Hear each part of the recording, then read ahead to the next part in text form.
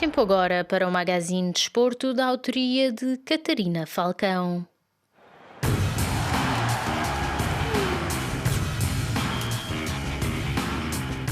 Numa reviravolta inesperada, a Itália está fora do Mundial 2022 e Portugal vai defrontar já na terça-feira a Macedónia do Norte, com o analista desportivo Cardoso da Silva a considerar em entrevista à RFI que a equipa das esquinas deverá conseguir qualificar-se, mas não deve esfregar as mãos de contentamento. Há equipas que a priori nós estávamos a contar que iam diretamente para o Mundial, mas tiveram de passar pelo play-off. E para mim a maior surpresa é quando entre os dois mundiais a equipa não consegue estar presente e ganha um campeonato da Europa, que é o caso da Itália, que no campeonato da Europa para mim foi a melhor equipa indiscutivelmente, era uma equipa organizada, uma equipa muito forte defensivamente e deixou de ser aquela equipa que só jogava num sistema sólido defensivo para ser uma equipa sólida no meio campo e também na frente. Naturalmente, qual é o meu espanto? É que fica eliminada por causa da Macedónia. Claro está, vendo isto, vem dar-nos a razão que no futebol, às vezes, os fortes não ganham sempre. Em relação a Portugal, por exemplo, era uma seleção que nós todos estávamos à espera, por causa da nossa ligação histórica, de estar diretamente no Mundial. Isto não aconteceu. Venceu a Turquia, mas nós não podemos estar a esfregar as mãos de contentamento, porque houve períodos do jogo que Portugal não esteve tão bem. Houve aquele penalti que a Turquia perdeu, que as coisas podiam ter alteradas, mas de qualquer maneira, de grosso modo, estou convencido que com maior ou menor dificuldade, a equipa de Portugal poderá chegar no Mundial, que é o nosso grande desejo. Consegue perceber o que é que aconteceu com a Itália? A Itália é um paradoxo. Uma equipa que não consegue estar nos dois mundiais e depois aparece ser campeão da Europa, é uma coisa que eventualmente precisa ser estudada, independentemente das oportunidades que desperdiçaram, independentemente de ter sido a melhor equipa durante os 90 minutos, mas a Itália, pelo seu estatuto, tem a obrigação de ser uma equipa favorita em qualquer jogo com a Macedónia. Mas o futebol é isto. A equipa da Macedónia, num pontapé feliz, consegue fazer o golo aos 90 mais 2 e é evidente que já não havia tempo de recuperação. Mas o que é que eu fiquei com a ideia da Itália? Foi uma equipa confusa, foi uma equipa que não jogou aquele futebol que naturalmente eu estava maravilhado com a equipa durante o Campeonato da Europa, que eu fui um fã incondicional da equipa de Roberto Mancini, mas são coisas do futebol que às vezes e em certas situações são inexplicáveis.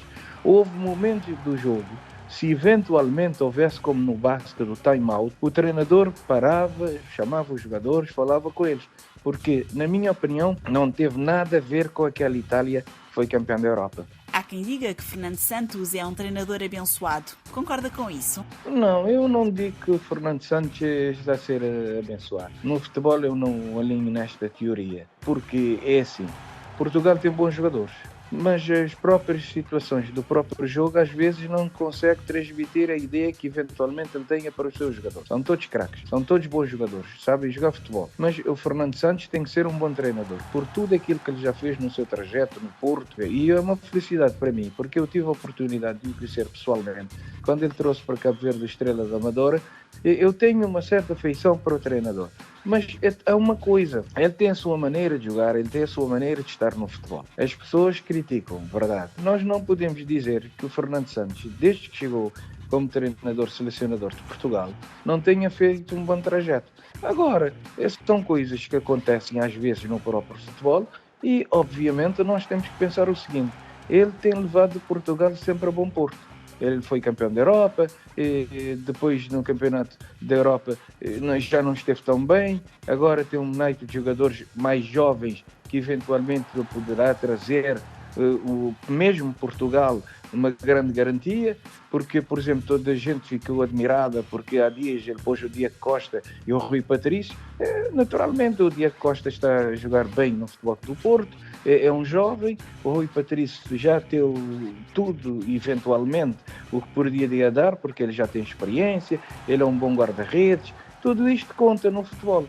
E ele quer aproveitar esses jogos eventualmente para tentar pôr um ou outro jogador para dar mais segurança à própria equipa. Ele tem a sua maneira de ser, às vezes dizem que é conservador, que joga sempre com a mesma equipa, que joga sempre com a mesma estrutura, mas é aquela velha história. Nós não podemos criticar um treinador, na minha opinião, na qualidade de analista desportivo, é porque ele é que treina com os jogadores, ele é que sabe a característica dos jogadores, ele é que está lá com eles. É impossível não falar sobre a atualidade internacional, sobre o conflito na Ucrânia, quando afeta também o mundo do futebol.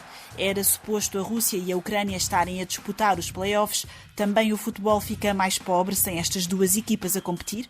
Claro, naturalmente, porque a Rússia tem apresentado bons jogadores, a Ucrânia também, porque, como nós sabemos, muitos jogadores russos e muitos jogadores ucranianos jogam fora dos seus países e, obviamente, nos grandes campeonatos europeus, é evidente que iriam dar outro status a próprias eliminatórias do campeonato do mundo. Mas, de qualquer maneira, foi uma opção que tomaram, neste caso concreto, os russos, que é o caso de Putin.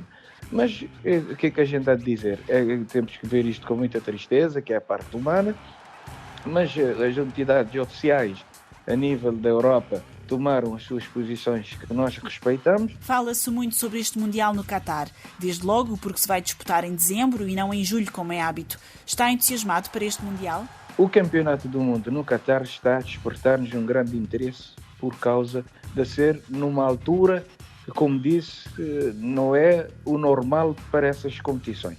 Agora, poderá ter até uma vantagem, porque normalmente os campeonatos do mundo são realizados entre junho e julho. E há especialistas que dizem que os jogadores, depois de uma época inteira, chegam lá exaustos.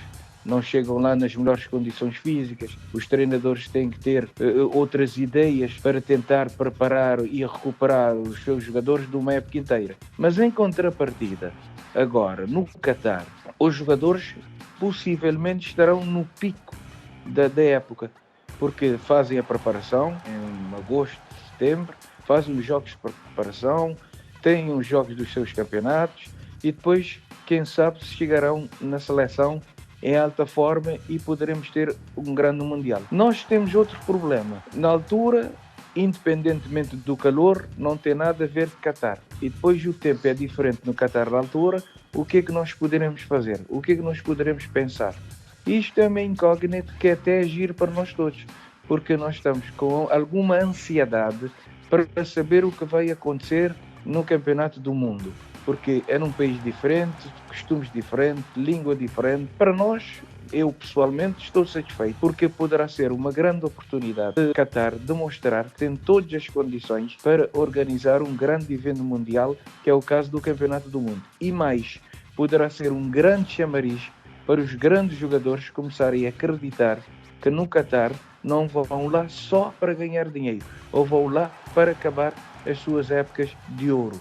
Isto, para mim, eu acho que é muito importante a organização deste Campeonato do Mundo num país onde eventualmente ninguém imaginava. Eles têm todas as condições para terem bons estádios, eles têm bons hotéis, eles têm dinheiro, eles têm tudo que poderá fazer um grande Campeonato do Mundo. Por isso agora temos é que esperar, com calma, com serenidade, para sabermos se eventualmente conseguem ou não. Se conseguirem, vão dar um salto qualitativo no futebol mundial. Se não conseguirem, que eu não acredito, vai ser um verdadeiro fiasco. Ouvimos Cardoso da Silva, analista desportivo que acredita que Portugal estará no Mundial de Futebol do Qatar. Obrigada por ter acompanhado este Magazine de Desporto. Até sexta-feira.